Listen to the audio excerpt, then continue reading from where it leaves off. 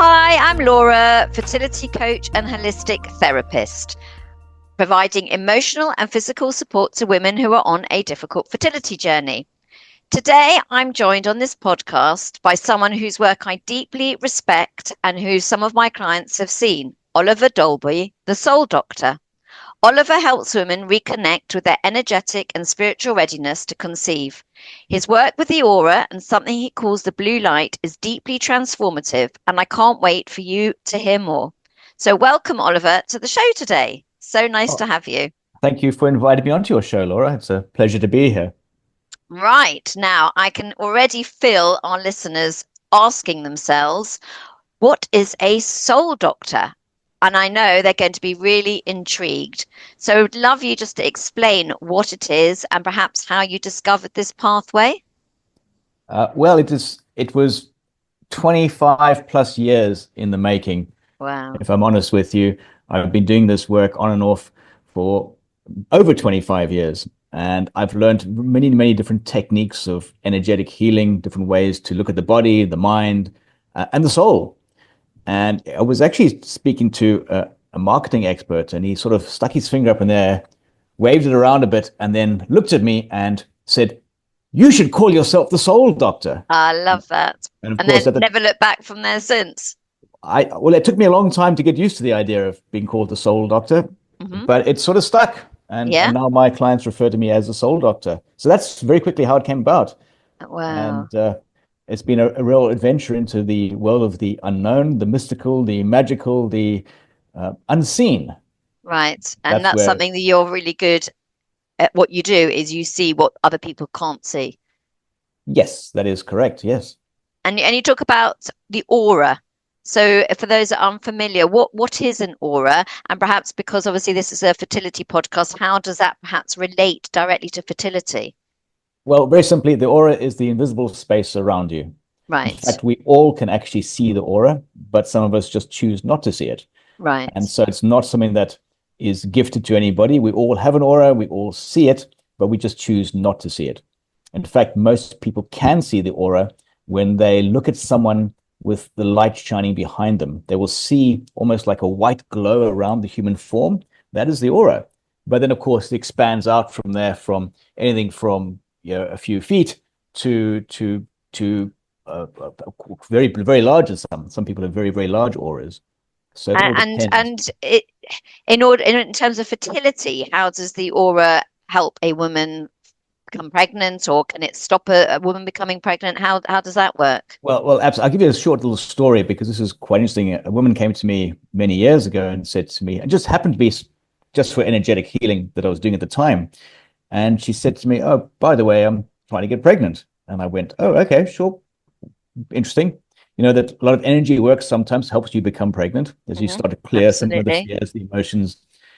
And she said, "Well, can you do anything more specific with it?" And I went, "Yeah, I can actually."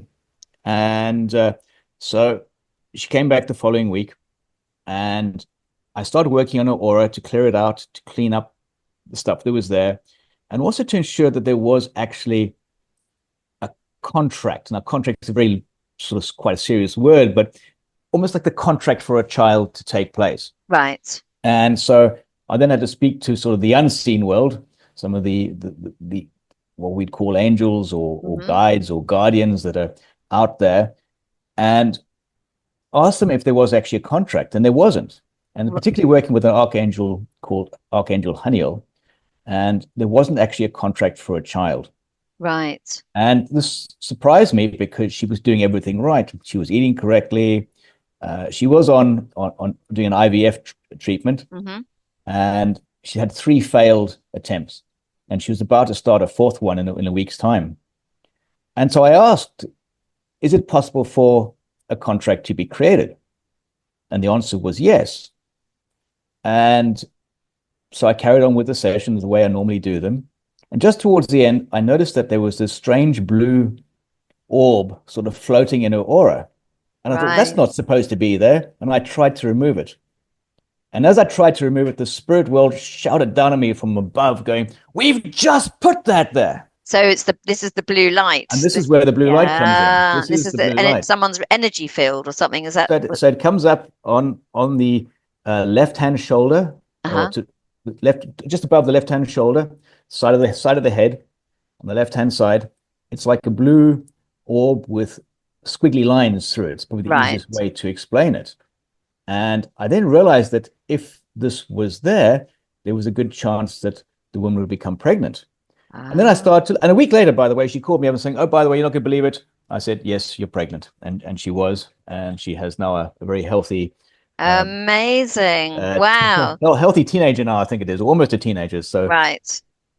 So this blue aura, for those that listen, it's sort of it's a frequency represents, I don't know, openness, creativity, and soul alignment. The easiest way to explain is it means that there is a soul contract for a child to come in. Right. And without that contract, it would have been difficult. Would it be impossible for someone to fall pregnant without this blue light being there, or would it be just more difficult? It would be more difficult.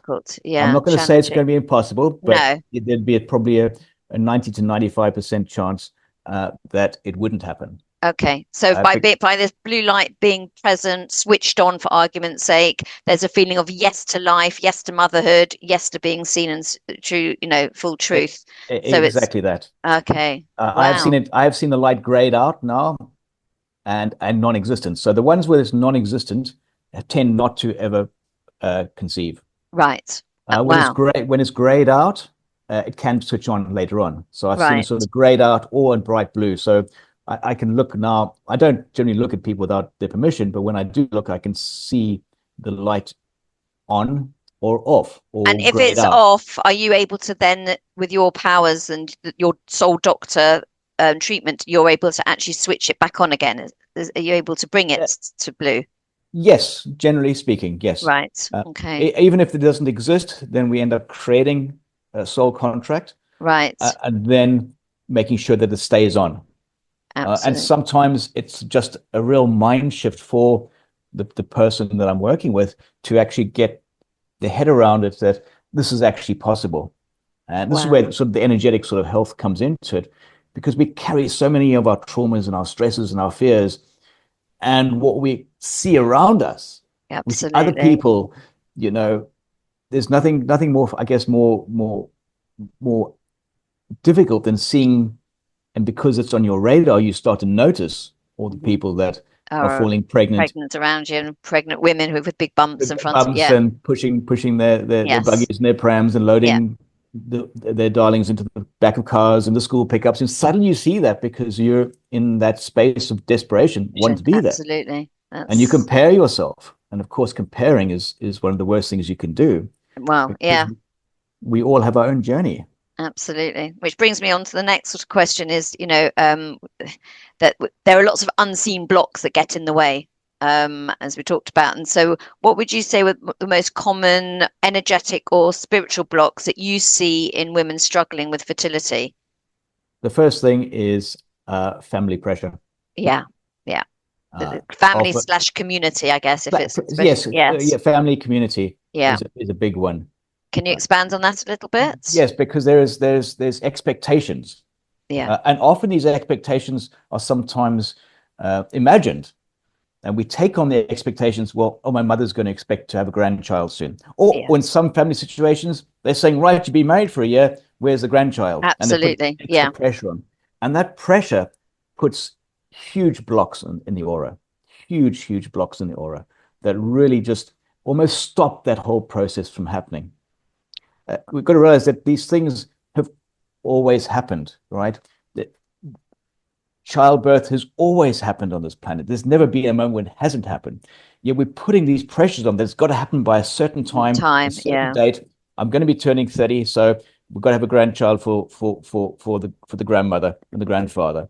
Absolutely, yeah. Oh, you and don't. then it starts spreading in their subconscious mind as well, and that's sort of we've talked about a lot on my podcast the importance of what's going on in the subconscious as much as the conscious, and those underlying beliefs and thought patterns and processes, and that can absolutely affect the whole way that the body and the mind work together, which will have an absolute huge impact on them being able to conceive.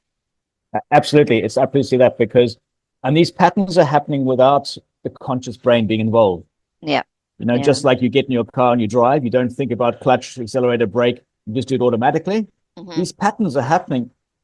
These circles of patterns are happening underneath constantly in our lives. Right. Yeah. And they're so powerful.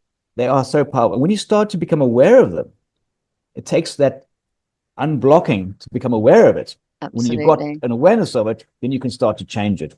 Yeah. But if you don't have awareness, you can't change it. So I have lots of women who, think that, are eating well, perhaps taking the right supplements and tracking their cycles, doing acupuncture, doing reflexology, etc., but deep down, their subconscious or maybe even the aura are giving them, maybe having messages given to them, things like, I'm terrified, I don't trust this process. And that's going to, isn't it, affect also their energetic field and resistance? Absolutely. The fear that's often added into it. The fear is a big one. Yeah. Yes, it's all going to be there, all going to be good, but there's a fear. And that fear starts self-doubt as well. So powerful. Absolutely. And that really causes, what that really causes is, let's just use something like simple, like anger. Everybody gets angry at certain points. But if you're in a really bad place and very, very angry, you start to create holes in your aura, in that bubble of protection around you. Yeah. And when you start to create the holes, you allow other things to come into the aura, into that space. It opens up. It opens up. It's like a can of worms being opened up, and you're inviting other negative fears and emotions and energy. And of course, those negative fears, negative emotions, they all attract each other. Yes. So then instead of having just the one little bit of anger, you have now a whole heap of anger. Yeah. And then that attracts a few other fears, a few other worries, a few other concerns. And then you've got to clear the aura really deeply. Do a real, because you're storing up a huge pot of negativity, auras or whatever in the body, and so you need to release them, presumably. And the same thing if you take on other people's judgment. No. Oh, right. She's 25. She should have had a child already. Oh, she's 35. What's wrong with her? Why hasn't she found a man yet? All these things, you start to take on other people's judgments. Yeah. And in many ways, it's like a rucksack on your back, and people just keep throwing stones in it. Yeah. And before you know it, you're carrying this burden of weight that is not even yours. It's just other people talking about you behind your back, but with your name associated to it, adds this pebble to your rucksack. Absolutely. And then you're tipped over. Your body's not feeling safe, so it's not open to motherhood. It's not open to readiness or holding on to life, because it's holding on not just your own traumas, limiting beliefs and judgments, but everyone else's as well that's coming in. And just think about that soul that's going to come in. Yes. They're like, well, I didn't want to come into a mother that's so burdened and stressed and fearful and worried. I didn't choose that. So you know what? I'll give it a miss this time around. Because obviously the soul has choice. The soul always has a choice. Yeah. Whether they come in or not. Yeah. So it's a very interesting process to see it. So powerful. And then another topic is something really, really fascinates me, is inherited trauma or ancestral patterns that influences someone's fertility journey. So yes. Yeah, that's a big one. When we look at the ancestors, there's two ways of looking at it. Firstly, the first way is the ancestor looks at this process and goes, well, that's not how we did it in my day. Yeah. Yeah. Right? And so that's a stress that's added. Now, we've got to also understand that these ancestors who were around 100 years ago, the way of life was very, very different. Completely. They didn't have the stresses, the strains, the fast pace, the phones that pinged in your pocket every 5 seconds, the constant, the speed of things that happen today. They didn't have that, didn't understand that. So often they are judging from their side, going, that's not the way we did it. And of course, that energetically creates another stress. And so one of the sessions I do when I work with women is to start to clear that ancestral trauma. And it comes down, ancestral karma is probably a better way of explaining it. Right. Because it comes in through the DNA. And so we start to go back about 7 or 8 generations. That's emotional DNA. Yeah, it's emotional and physical. It comes from you. It's in the family tree. Right. And of course, then you pass it on as well to your child, to your grandchildren as time goes on. And so when we start to clear that, in fact, you might notice that as you've gotten older, you become more and more like your mother or your father. Yeah, yeah. And sometimes in a way that you didn't really like. As a child, you find yourself becoming more, you didn't like a certain aspect, and now as an adult, you find yourself becoming more like that. That is the ancestral, the karmic DNA coming through. And when we start to clear that, then there's a huge relief because you're not having to deal with those ancestral problems. Okay. They're not yours anymore. You've given them back. They're not coming through your DNA. They So do you can't have be to, passed on. in order to release them, do you have to honor them first, or is that not? Does that not how it works? No, it No, doesn't work like that. This no. is actually a service that you're doing for them and yourself. Right. So it's karma that's been passed down, and you're clearing it for them and for yourself. And they often come into the session, and sometimes I'll see ancestors come into the room. Sometimes they'll have messages. Okay. Sometimes they'll just be there going, "What's going on? We actually quite like this. We don't have to deal with that karma anymore." And most of them there's sort of almost an apology because they didn't mean to pass it down to you. Right. Okay. If you've got a whole list of tasks to do before you go in your life and you don't do them, well, those tasks are going to be passed down. It's on. Right. That's Okay. the simplest way of explaining it. Wow, that's incredible. Really Yeah. interesting. My word, there's a huge field out there that I don't think a lot of people are even aware of how important the work that you do can be to support their fertility journey. That's We've got to amazing. realize that the unseen part of us is huge And compared to has the a huge physical form. impact. In fact, And it's probably the harder part than the seen part because we just don't know what's happened in past and present. We need it clearing. yes, because it all interlinks. It's never just Yes. one layer. No, You no. might go to a holistic fair and get an aura photograph, and it might all look great and clean and beautiful, but Yeah, that's just one snapshot of one specific absolutely. frequency. We don't know what's going on behind the closed There's doors. so Yeah, many other things that are happening in the background absolutely. that's So for my listeners, if they're interested in coming to you, I think what would be really nice is if someone came to you for a session or some sessions, what does that look or feel like for them? Are you able to walk us through the process of them phoning you, interested in what you're doing? How does your sessions pan out with potential clients? the first way is I always do a brief call beforehand. Yes, yeah. Just to see, A it's discovery 15, 20 call. minutes, 30 Yeah. minutes, depending how much time we need. Is there, do we sort of work together? Can I work with that person? Hmm. There's certain people that I just can't with, and others that I just don't want to do what I do because it's a Yeah. bit outside of the box, Yeah. we say. And so that's generally how I start. Then there's usually for pregnancy, there's a 4-session minimum. Right. Okay. 4 sessions. That's right. The Yeah. first session is all about just clearing the space around you. So Yeah. clearing that aura. Mhm. You'd be surprised how much trauma is actually there when you look. Okay. And clearing that is a big. It's almost like the person can breathe again. Do you clear it silently with the person? Do they feel it being cleared? Do they have to go down a lot of rabbit holes and to go back into is it how No. no. So just how they this is all just manipulating energy. by So you. just by me, Yeah. the person will sit there in relative silence. Yes, I might ask them to do certain things, but Yes. we're not going down and going, well, it's like taking a shower. It's really, when you go to a shower, you don't actually say, oh, there's a bit of mud on my arm. That must have come from the garden. Or here's this, but you just wash yourself clean. You don't ask Okay. where the mud comes from. You just wash yourself. It's the same thing. We're just doing an energetic clean of the aura, removing the gremlins, removing the dirt, removing the traumas, removing the bags of weight of judgment that you might have taken on, Uh-huh. but not fully embodied. Right. And that gives the sense of being able to almost breathe again.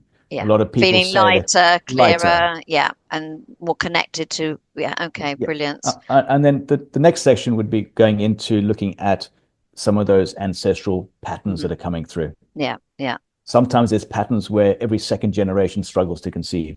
Right. Or it might be every third generation, or it might be, and there's patterns that sort of come in there.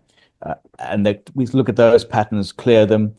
All this time, we're also bringing in certain emotions that the person might be going through. There might be traumas, there might be fears, there might be an emotion blockage that's come up. Right. And we'll add those in as we go along. That'll be sort of similar to the third session as well. The fourth session, we really start to look more at the the body, and is it actually absorbing the nutrients that are coming through? Yeah, right? absolutely. So that's very, very important. But from an energetic perspective, yeah. So I'm not looking at, are you taking magnesium? I'm looking, right, there's a block in your body that says you're not absorbing magnesium efficiently. Okay.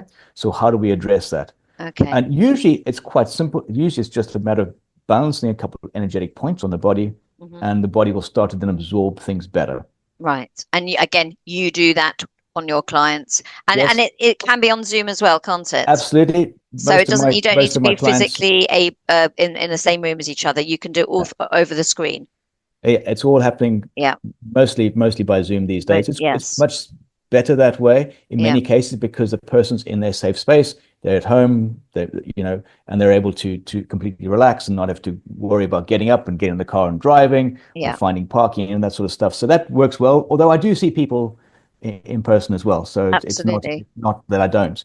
You're based in North London, so if anyone's listening and wants to know that, that's Oliver's there. And I know you've worked with quite a few of my fertility clients, and having good results there. Have you got any other stories of women that you've worked with where perhaps activating the blue light, or you've seen a huge, powerful shift in their fertility journey that you want to share? Obviously anonymously, but yes. A young lady had no intention of becoming pregnant. I said, by the way, your blue light is on and shining. Right. So please do be careful. And of course, she didn't believe me, as you don't, because you can't see it, you can't feel it, you don't know it's there. Yeah. And a month later, she was well and truly pregnant.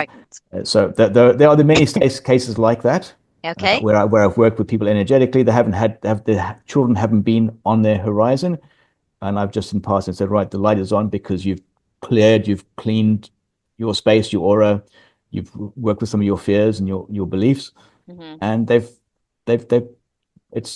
pregnant. Amazing. So, I think everybody can be. Yes. It is possible, even if there's no soul contract. Those soul contracts can be created. Yeah. If the person is ready and wanting that process. There's a lot of reliance on I guess on the medical profession for this to go through all the procedures, and yes, they are, I guess, necessary to a certain degree. But those that fail do not have the blue light there. Yeah. One of my wife's really good friends, tried everything, didn't believe in any of the energy work that I do. I wasn't going to broach the subject with her, obviously. I tried to, but it didn't work. And they've gone the adoption route. Yeah. So, can I ask you a question? There are going to be probably listeners out here that maybe don't believe in what you're doing, but will give anything a go and will possibly want to come to you just because it's another thing that they're just going to try. They're not going to ignore what you're doing. And does it work even if somebody really doesn't believe in what you're doing? Absolutely. Yeah. I love the skeptics. Yes. The skeptics are the best ones. Yeah. Because they're not going to take everything I do as they're going to question things. Absolutely. And that's beautiful. Okay. And quite often you get the response back like, well, I don't know what you did, but I feel differently. Okay. So they can you can do very well with them and positive work, even if they are coming to you with like, oh my God, this is not going to work. I don't know what I'm doing here, but I'm doing it because I've been told I've got, Absolutely. Amazing. That's and then the best thing is, if you just come with an open mind. Yes. I can only take people as far as they want to go, right? Because you always control it. Yeah. So, but what I do is I start to open that space where you can let go, and you can let go of the fears and the beliefs and the stuff that's holding you back. Right. Family pressure as well. That's a big one. Yeah. Absolutely. And, when you open that door, things happen very, very quickly. In my experience. Oh. Very, very quickly. It almost sounds so simple and so obvious what you're doing, but obviously not to lots of people, and they won't have necessarily thought about that. So that's amazing. I'm going to have some listeners probably that are feeling incredibly disconnected and overwhelmed with their fertility journey. Is there anything that they can do, a gentle first step, for argument's sake, that they can take to help reconnect to their inner light for want of a better word, before necessarily reaching out to you? Is there anything that they can do themselves? Absolutely. One of the simplest ways that I've found is for people just to stop for a moment. Yeah.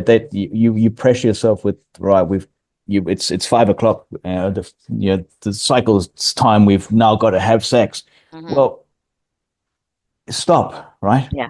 If the mood is not there, don't, because, right, you want to create an enjoyment, right? Yes. The soul wants to be created out of passion, out of union. They don't want to be created out of, well, it's 5 o'clock and now it's time to get down. Mm-hmm. So let go, have your structure, have your patterns, but let go of it's now exactly whatever time it has to be. Yeah. Let go, be more flexible. Let go of the timetable. Let go of the timetable, but you're following it, but don't be a stickler for it, Yeah. And the other thing, what I think is so important is to start to imagine the light inside of you. Yes. Because everybody has light inside of them. Yeah. So to take a moment and take a breath and just imagine that there's this light burning inside of you, and just imagine it expanding. And if you don't see, start to feel it. If you don't feel, maybe you can imagine what it would sound like. Yes. And for some people that don't see, feel, hear, or anything, just imagine that it's there and believe that it's there. One of the powerful hypnotherapy sessions that I do is almost, seeing the womb room, or the room in the room in the room, and the light, the heat, the colors, the senses, and bringing it all in together. So I guess that's similar, isn't it? It's turning on that light within you. Absolutely. And making your body, that spiritual feeling, that emotional feeling, all align together. Absolutely. Yes. Yeah. Very, very, very powerful. Wow. And our minds are so powerful when we focus them in. Yes. And it's not focusing them outside, it's focusing them on the inside. On the inside. And which That's leads also the power of, as we said, visualization, the feeling, but also things like affirmations. Actually making your conscious talk to your subconscious, and your body's not your enemy, and your timing is not wrong, and making those into reframing them into the positive, and having thought process believe that your body is ready and it's working with you, and this is your time. And it's amazing the power of language. Yes. The power of those things we're telling ourselves unconsciously in the background. Absolutely. Without realizing them. Absolutely. And those need to change. So for many, it's changing the story. The story you tell yourself. Are you telling yourself that it's difficult, that it's hard, that I can't get pregnant? Mm-hmm. Or you're saying, I'm beautifully awaiting and expecting, right? I'm expecting that divine moment to take place. Is it today? Is it tomorrow? Doesn't matter when it is. Yeah. That's the brilliant, perfect way and message for our listeners to come towards the end of the podcast, Oliver. Thank you so much for this conversation. It's really brought, inverted commas, so much light and truth to the topic that I think is often so wrapped up in silence and shame. And you just opened up that understanding of how you as a soul doctor connects with people's aura and makes sure that everything spiritually and energetically are in line to help the jigsaw piece all come together. So, I'd say one last thing is that stop comparing yourself to everybody else. Yeah. Well, this is the society that we're living in, with social media and access to everybody else's life on every level. And it's so easy and so almost part of day-to-day life to compare, but we've got to stop. And everyone's got their own story and own journey. And exactly. You've got to be yourself. Absolutely. Being you. Be authentic to yourself and be yourself. Absolutely. If you're not, you're going to struggle. Yeah. And that's just generally with life, isn't it? With life, yes. Forget about fertility. No. Just life. Yeah. Life. Absolutely. So before we finish, what if any of my listeners would like to find out more about what you do, get in touch with you, what's the best way for them to find you? Where are your handles on social media? There are many handles. Most of them are the Soul Doctor Official, but the best one, probably the website. It's oliverdolby.com. So oliverdolby, one word.com. Amazing. And for all of you listening out there, thank you for tuning in again. And wherever you are on your journey, know that healing is possible, alignment is possible, and as always, you are never alone. Till next week, till the next podcast episode, self-love, self-care, self-respect, and have a lovely week. Thank you for tuning in today. And thank you, Oliver, for being my guest. Thank you so much. It's a pleasure.